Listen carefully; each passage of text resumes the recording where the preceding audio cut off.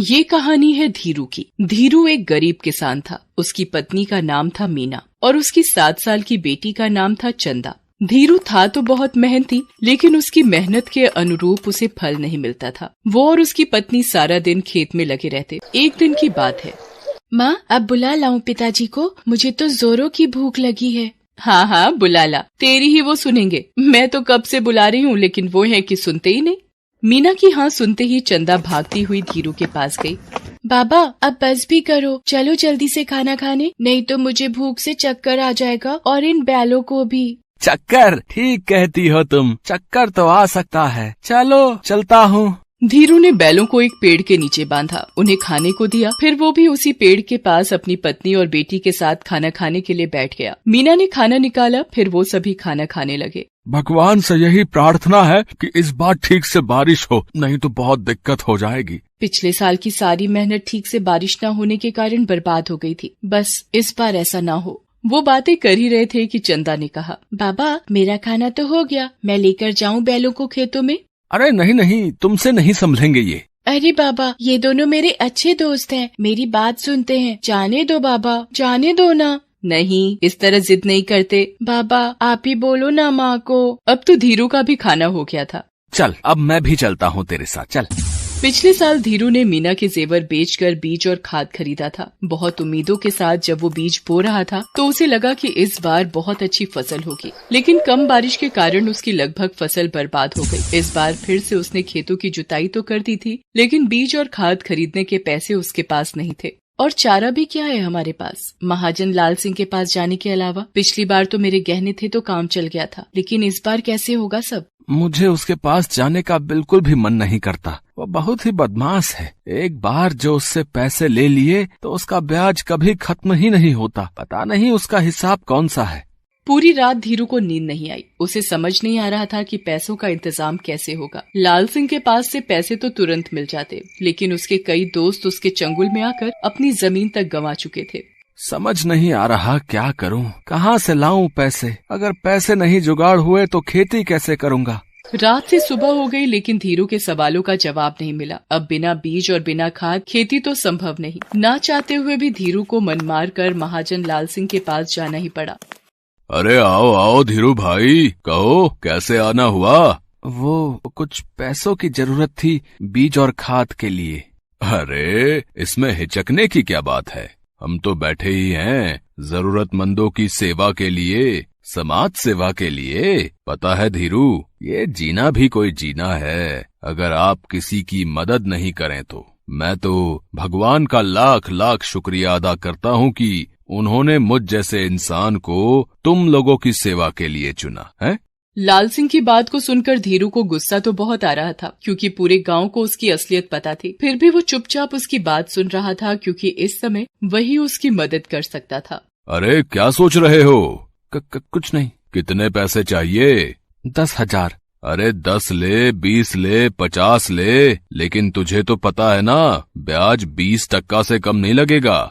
धीरू ने उससे पैसे लिए और वहाँ से निकल गया। रास्ते में वो ये सोचते जा रहा था, बेईमान कहीं का, 20% ब्याज लेता है और कहता है समाज सेवा कर रहा हूँ। दुख की बात ये है कि ऐसे लोगों की ही भगवान मदद करता है और हम जैसे लोग दर दर की ठोकरें खाते हैं।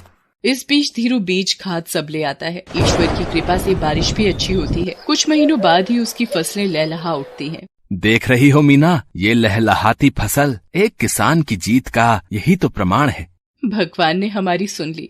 मीना, इस बार चंदा के लिए नए कपड़े और वो जो गुड़िया हम देख कर आए थे ना शहर की मार्केट में। कौन सी? अरे वो लाल वाली। हाँ याद आया। वो इसके लिए ले आएंगे। कितनी खुश हो जाएगी ना हमारी चंदा।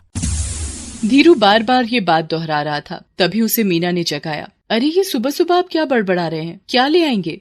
धीरू ये सारी बातें सपने में देख रहा था। हालांकि उसने बीज वगैरह बो दिए थे। थोड़ी बारिश भी हुई थी, इसलिए ज्यादा परेशानी नहीं हुई, लेकिन फिर तो जैसे बादल रूठ ही गए। पूरे गांव के किसान एक बार फिर से परेशान हो गए। अगर ठीक से बारिश नहीं होगी तो फसल तो मर जाएंगे। यही ख्याल सबके जहन में आ रहा था। दिन बीतते जा रहे थे, लेकिन बारिश का नामो निशान नहीं था। आखिरकार वही हुआ जिसका डर था। इस साल भी बादल थोड़ा ही बरस कर रह गए। इस साल भी उतनी बारिश नहीं हुई जितने की जरूरत थी। बारिश के अभाव में किसानों की सारी मेहनत बर्बाद हो गई। लेकिन इन सब बातों की फिक्र लाल सिंह को कहाँ। वो गाँव वालों से अपने पैसे के तगादे में निकल पड़ा। हरिया, अरे हरिया, कहाँ मर गया रे? हरिया ने दरवाजा खोला। उसे देखकर लाल सिंह गुस्से में आग बबूला हो गया। अबे मर गया था क्या? हैं? भला इतनी देर लगती है दरवाजा खोलने में? चल मेरे पैसे निकाल। पैसे तो अभी नहीं है, आपको पता है ना इस बार भी बारिश नहीं हुई, खेतों में फसलें मर गई हैं।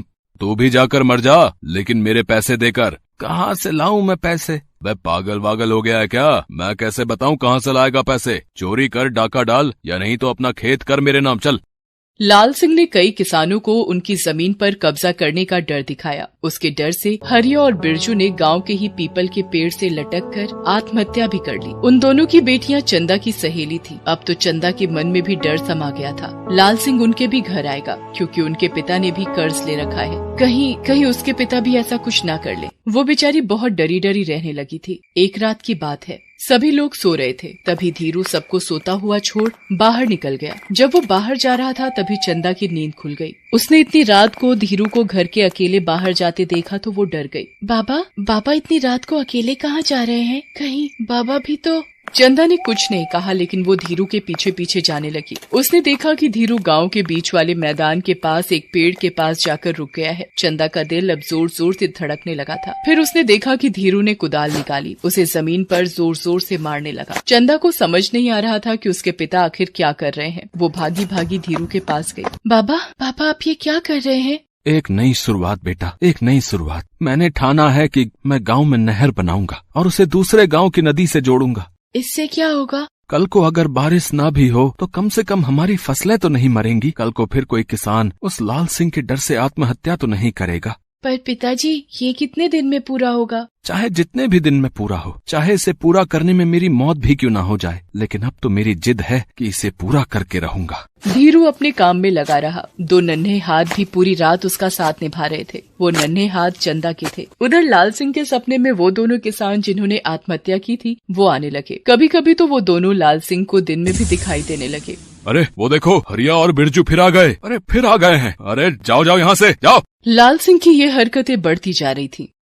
फिर पता नहीं एक दिन वो अचानक कहाँ गायब हो गया। इधर धीरू अपने काम में लगा रहा। पहले तो गांव वालों ने उसे पागल समझा, लेकिन धीरे धीरे गांव वाले भी उसके साथ हो गए और सभी ने मिलकर एक असंभव काम संभव कर दिखाया। आज उसके गांव में नहर बन गई है। अब किसानों की फसलें हर साल लहलहाती हैं। धीरू के जज्बे ने पूरे गाँव को ये सिखाया कि बुरी परिस्थिति में घुटने नहीं टेकना है, बल्कि लड़ना है, तभी नई राहें खुलती हैं।